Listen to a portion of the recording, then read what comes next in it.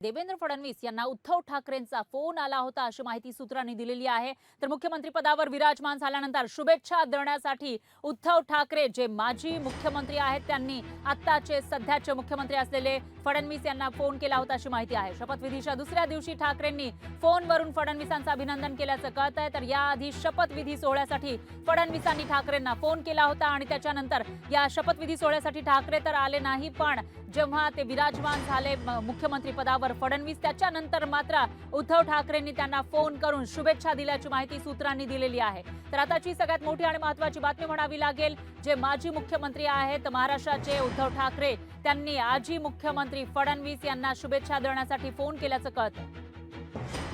आणि याविषयी अधिक माहितीसाठी आपले प्रतिनिधी चेतन नावरे हे आपल्यासोबत जोडले गेले आहेत। चेतन, काय सांगाल 2019 मध्ये जी एक कडूपणा आलेला होता उद्धव ठाकरे आणि फडणवीस यांच्यामध्ये, तो आता कुठेतरी कमी झालाय का असं म्हणायला वाव आहे? कारण एकीकडे फडणवीसांनी फोन केला उद्धव ठाकरेंना या सोहळ्यासाठी, तर दुसरीकडे या सोहळ्यानंतर लागलीच उद्धव ठाकरेंनी सुद्धा फडणवीसांना फोन केल्याचं कळतंय। निश्चितच राजकीय एकंदरीत जी कटुता होती ती आता फार दूर होताना पाहायला मिळते। अनेक उदाहरणं एकामागोमाग एक समोर येत आहेत। आजच एकंदरीत आपण पाहिलं असेल, अजित पवार शरद पवार यांना वाढदिवसाच्या शुभेच्छा देण्यासाठी पोहोचले होते।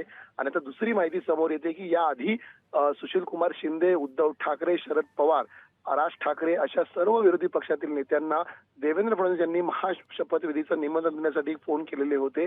मात्र यातील बहुतांश नेते आहेत ते शपथविधीला उपस्थित राहू शकले नव्हते आणि त्यामुळे शपथविधीनंतर या नेत्यांकडून आता देवेंद्र फडणवीस यांचं अभिनंदन करणारे शुभेच्छापर फोन गेल्याची माहिती समोर येत आहे। सूत्रांकडून जी माहिती समोर येते, उद्धव ठाकरेंनी दुसऱ्याच दिवशी देवेंद्र फडणवीस यांना फोन करून शुभेच्छा दिलेल्या होत्या, अभिनंदन केलेलं होतं। इतकंच नाही तर पुढील वाटचालीसाठी सुद्धा त्यांनी शुभेच्छा दिल्याची माहिती समोर येते। त्यामुळे आता राजकीय कटुता जी गेल्या 2.5 वर्षामध्ये निर्माण झालेली होती, 5 वर्षामध्ये, ती आता कुठेतरी हळूहळू दूर होताना पाहायला मिळते। आणि त्या अनुषंगाने देवेंद्र फडणवीस यांनी विधानसभेचे वक्तव्य केलेलं होतं की कुठेतरी वैचारिक मतभेद असू शकतात, मात्र ते वैयक्तिक असता कामा नये, आकस असता कामा नये।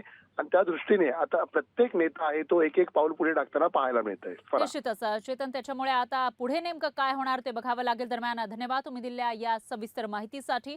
तर उद्धव ठाकरेंनी फडणवीसांना फोन केल्याचं कळतंय आणि त्यांना शुभेच्छा दिल्याची माहिती आहे। लोकशाही मराठी ऐका, पहा, जागरूक रहा।